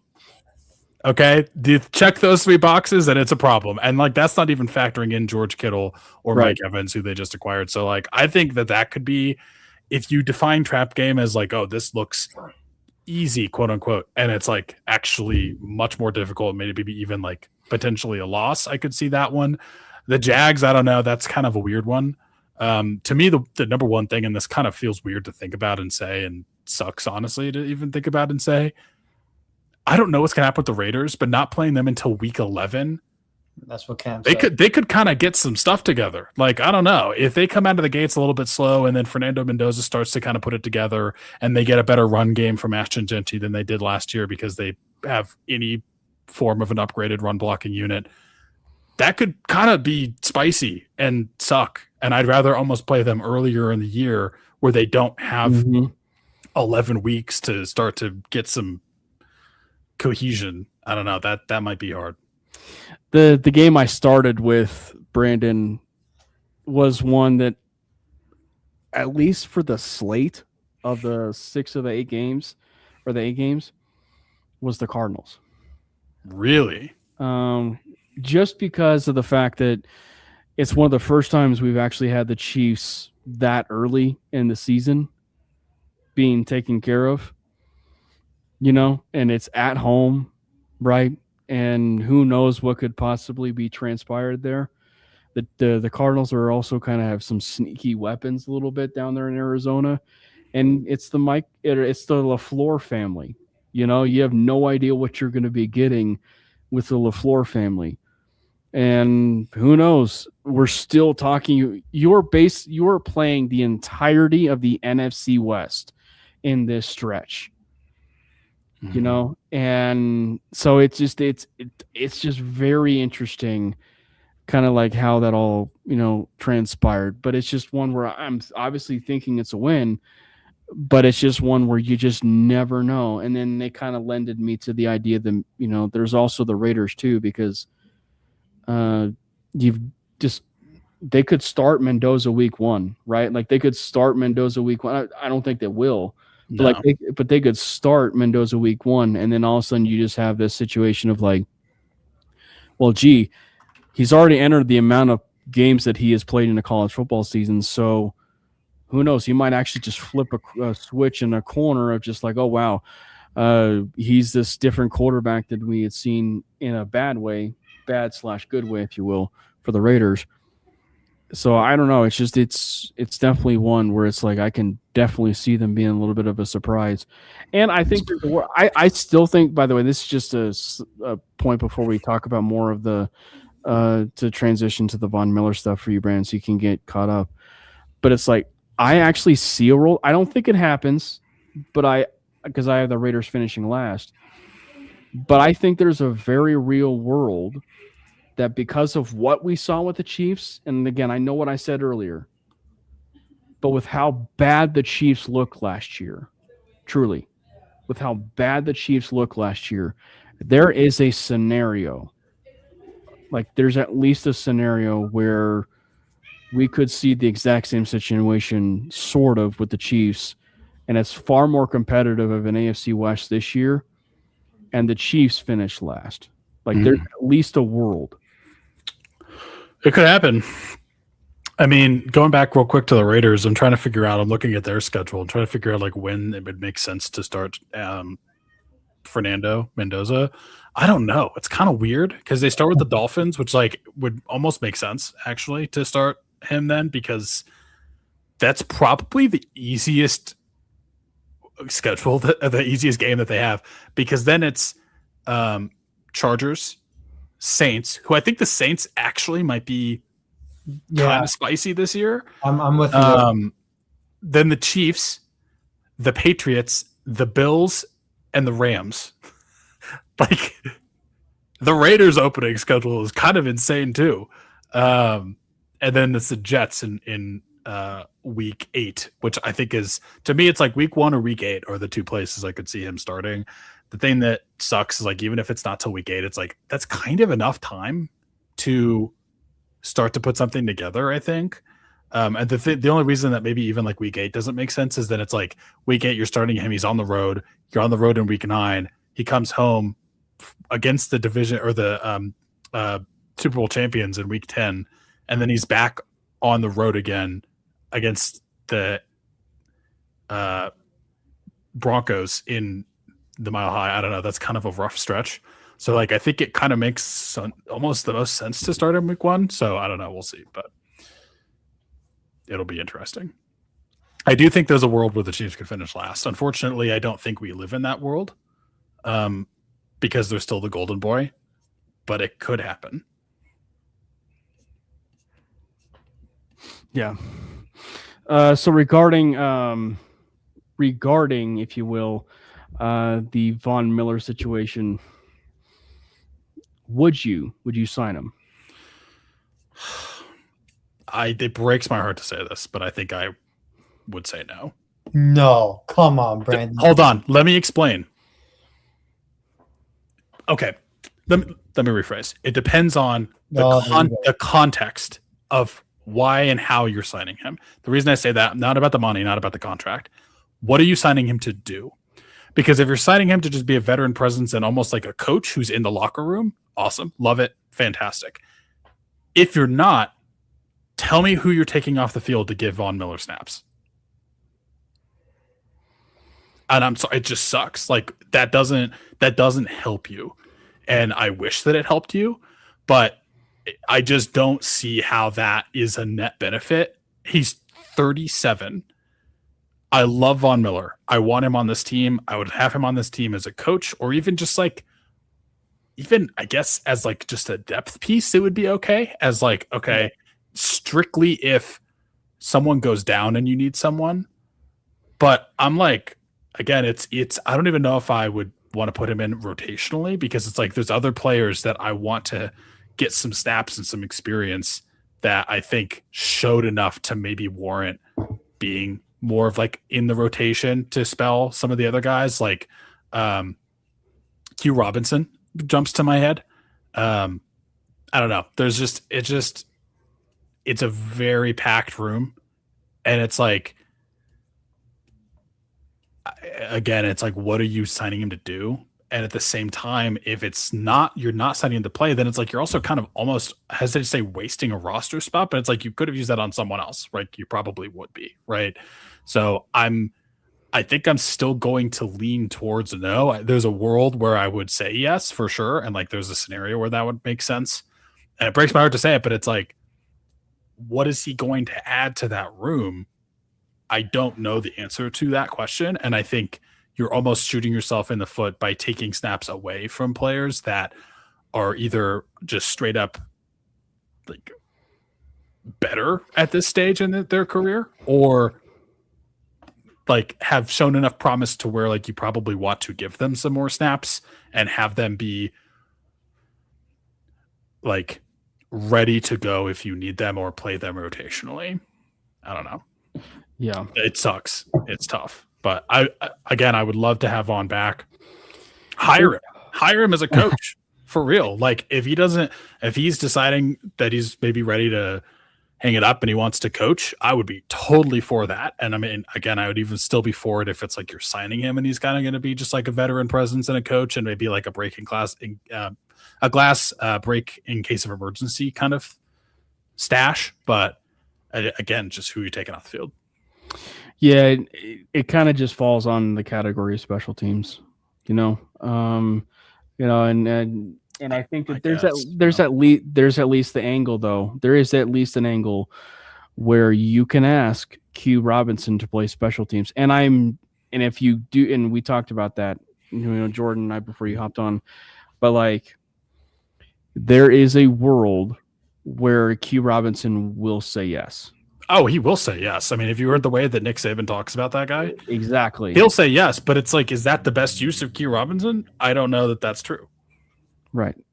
So then we're all kind of caught up and now talking about rookie minicamp, and with where we are for rookie minicamp, and obviously Brandon is about as caught up as I am when it comes to the drafts. And so Jordan, go ahead and take us with those rookie minicamp highlights.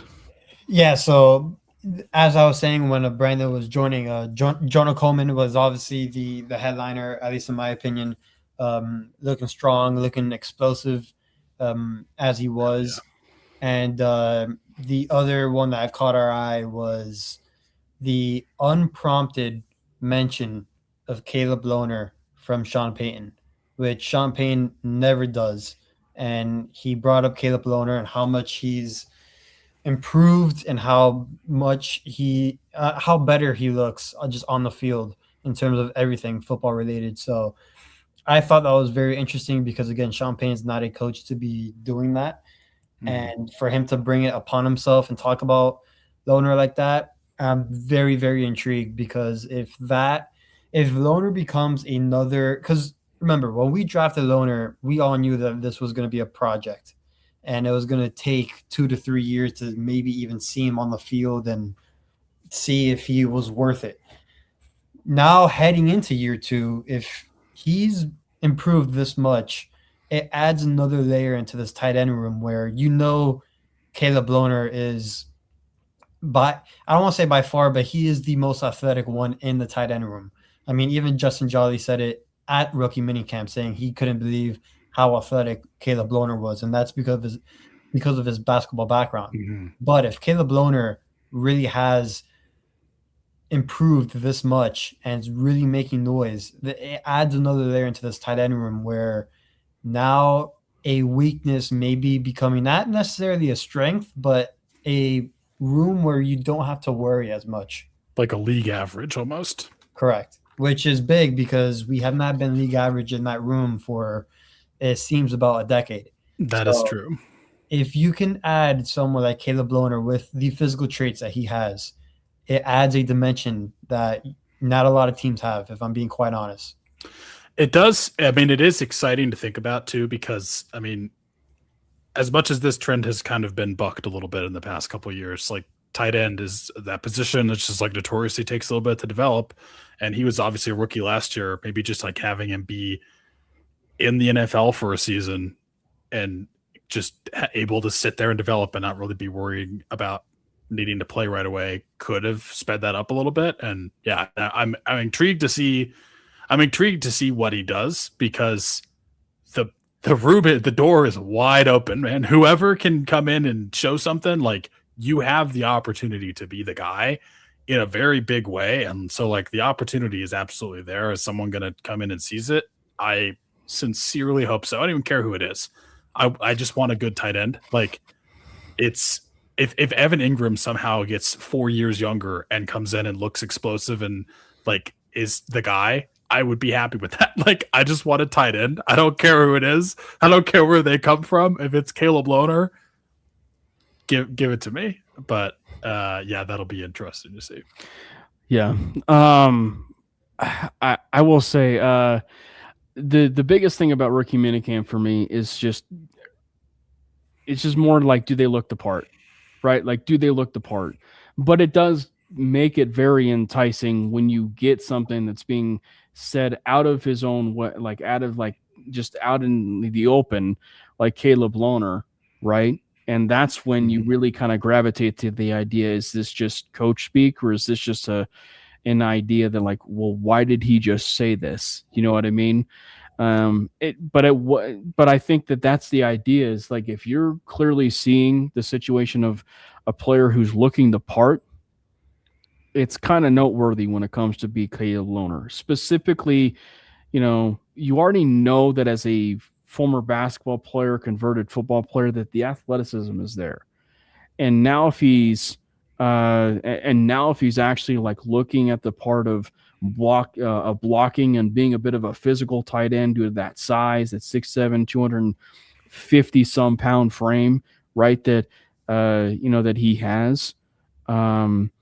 It's something you can't exactly ignore, but it's also one where you also don't want to be too optimistic and be like, oh, at this particular point in time, Caleb Lohner is going to be making the 53-man roster. I think it's a bit too premature to have that kind of conversation, but it's still something you want to file away and be like, well, this started because of a comment that was made by Sean Payton back in rookie minicamp when he literally singled him out. So it's just something that you want to file away. But I mean, as far as like the other conversation, this kind of just lends itself to the idea that the draft class in general, and Jordan, if you already talked about this, when they had the draft or recapping the draft the week after, I apologize, but it was just like this draft really kind of felt reminiscent to 2021. Because and obviously if it hits that way, it hits that way. But the way I phrase that and the way I talk about that is that when you look at it from the standpoint of, George hit on some certain picks when they had small capital, guys like Riley Moss, Nick Bonito, Marvin Mims, those types of players, right? J.L. Skinner's a rather solid depth piece, in general. Like, he hit on some of those players like that. But here's a situation where in 2021, he was drafting players and also had like incredible value for those said picks, right? And I think that when you look at this draft in 2026 and you go up and down pretty much every single pick, there is a definition for just tremendous value for nearly every single pick. And you don't need to look no further specifically from the Mr. Irrelevant and the Dallin Bentley pick, the Red Murdoch and the Dallin Bentley pick, because like that was like, you could not have asked for a better like back-to-back situation where specifically when you peel it back and you're like, okay, wow, we're looking at undrafted free agents at this point in time who probably are rather high priority for a lot of teams. And I think they even said themselves, they are getting calls for that Mr. Irrelevant pick, right, for Red Murdoch, because they wanted to draft Red Murdoch. right? And the Broncos actually did themselves a favor and took Red Murdoch, right? And then also double dipped at tight end with Dallin Bentley, who I actually liked Bentley. I didn't think he was going to be there in the 7th round, or at least, the second to last pick in the NFL draft. And then lo and behold, they take Bentley to go along with Justin Jolie, and you really complement your tight end room in this class. Like, it felt like the ultimate completion of a recruiting class, not to kind of blend college, but it was like you blended something that is like a recruiting class for a tight end, 2 tight ends that work really well together, a linebacker in Red Murdoch, and a Taurine York who should have been drafted in general as well. And you blend him for possibly what can be the future of your linebacker core. And then you draft a running back for maybe the future of what can be post J.K. Dobbins, and then you draft Cade Casey for maybe that developmental offensive lineman who's versatile enough to play pretty much anywhere on your offensive line. And Tyler Onyadam, who we know that there's not really a case where they've been very productive at A&M, but they are physical freaks there at A&M, so he's going to fit the bill there a little bit. And Justin Jolie is like your Swiss Army knife who's going to finally replace Nate Atkins off this roster, and so it's just I just think they really kind of hit home runs on a lot of these picks when it comes to value. Yeah, I mean, I think the first one you mentioned with Red Murdoch, I was very surprised that he was still on the board, if I'm being quite honest. I thought that was a tremendous pick in terms of value. Another one that I thought was tight end Justin Jolly. I thought he was going to go way before. But just off of pure athleticism, he's going to be one where I think he's going to be the one that takes that step and is the leader of that tight end room. I think he's going to have a significant impact just in his rookie year, and I wouldn't be surprised if he has a similar impact that Harold Fanning Jr. had with the Browns. I think that highly of Justin Jolly.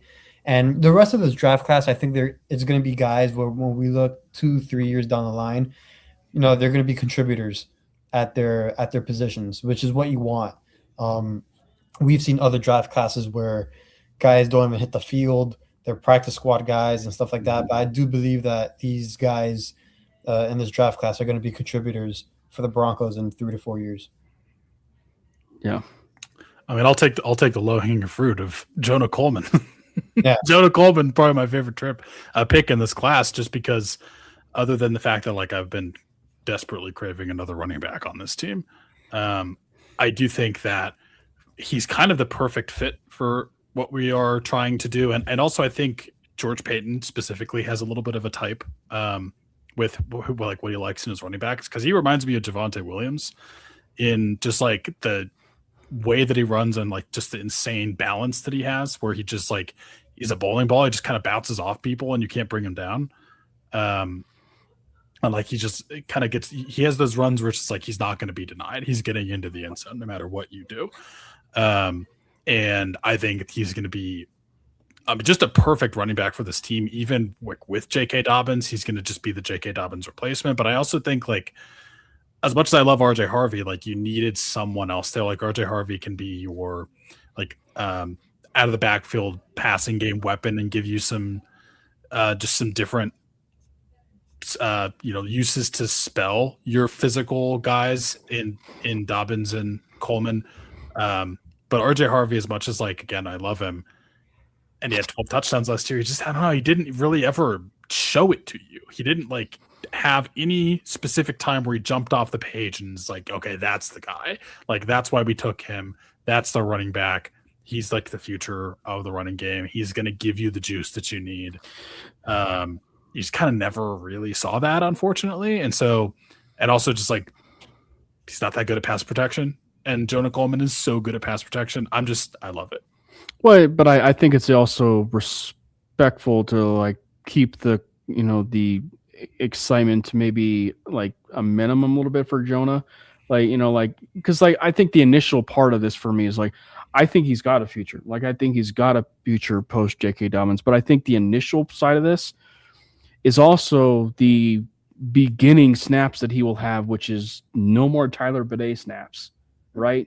Yeah. Which is frankly a big deal for this. And I think that it also should call us into remembrance that for as bizarre as it was in this offseason, Jordan, and stuff, and Brandon, like everybody that they signed, there was like 1 year deals of like $1 to $2 million in contracts that they can get out of after this year.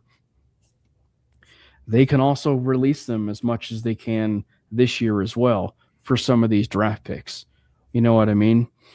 So guys like Lucas Kroll, Nate Atkins, right, Tyler Bidet, some of those questionable, re-signings that they had. Maybe not so much Adam Troutman, but but they can definitely move off of guys like, the Lucas Krolls, Nate Atkins, Julio McLaughlin's, the Tyler Bidets, players that really didn't offer much at this point, and now you really have a bona fide three-headed monster of the running game that you can really lean on, where Tyler Bidet, really the only thing he was significant for was pass pro in third down. Other than that, he really didn't offer a great deal.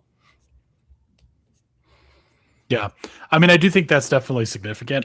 Maybe I'm crazy. I see Jonah Coleman having more snaps than maybe people think. I think was it, like 24 carries or touches or whatever it was that Tyler Bidet, he'll have more, but it's just like just the simple fact he's already such an elite pass protector. Yeah. I think is just the one where it's like he'll begin there. It's just what's going to build off of that. I just think he's the kind of player that, like, yeah, he's going to start there, but he's also going to have the runs that you kind of saw again from Javonte Williams. I'm specifically thinking of against the Ravens, where he just like refused to be tackled and carried guys for like 15 yards. I don't know. I could see something like that happening where it's like, you got to give this guy more carries. Like, you just can't not do it.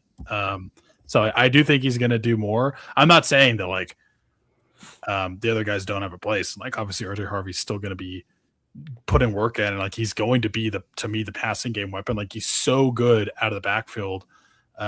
If he can get better at not bouncing things outside and running through and like reading rushing lanes better and like kind of running more in the middle, I think he could also still take a step for sure. And then, J.K. Dobbins, when he's healthy, is like borderline a top 8 running back in the league already. I just think Jonah Coleman is like going to be in that mold where he's going to have plays where it's like, you have to give this guy more carries. And, yeah, I don't know where those are going to come from, and I do think like there's still room for everyone there. I will not draft any of these guys in fantasy. I'm going to tell you that right now. Like, fantasy players are going to hate the Broncos running back room like they already do with Sean Payton in general, but it's going to be a three-headed monster, and you have no idea what it's going to look like. But I do think that Jonah Coleman is going to take some more rushing snaps than you would expect, and he's definitely going to be the pass pro guy. Mm-hmm. Yeah. Any other final thoughts as far as like, rookie minicamp? Obviously there's gonna be more to talk about, for maybe next week's show or stuff, but any other final thoughts? Not on my end. Let's go boys. Let's go. We're getting sort of closer, maybe ish. Oh, I guess the most important thing is, did you like the Broncos schedule release video, Brandon? I'll be honest, I actually haven't seen the video yet. I'm like halfway through the Chargers video because I have to. I'll have to fact check that. But I like looked up the schedule, so I knew like what we were playing, but I have not seen the video yet. Better than years prior. I am currently just enjoying the flashback to Halo that the Chargers have given us. And I'm also...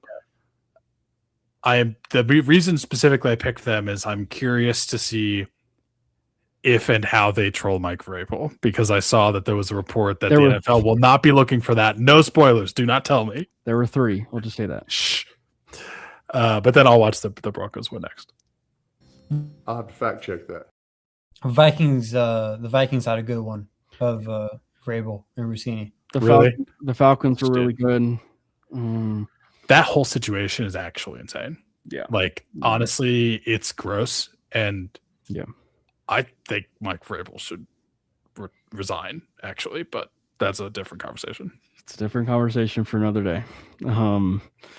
Yeah, definitely. So for Brandon, myself, and Jordan, we would just want to say thank you guys for hopping on and being a part of the Mainly Broncos stream.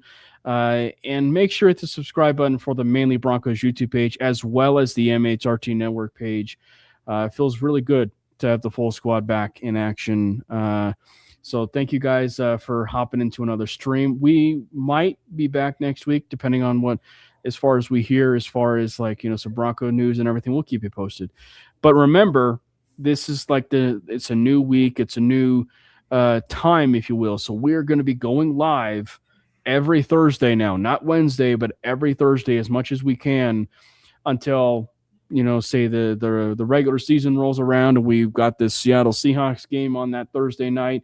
We'll be going at Wednesday, the night before to ensure we at least get you guys covered for a Mainly Broncos show.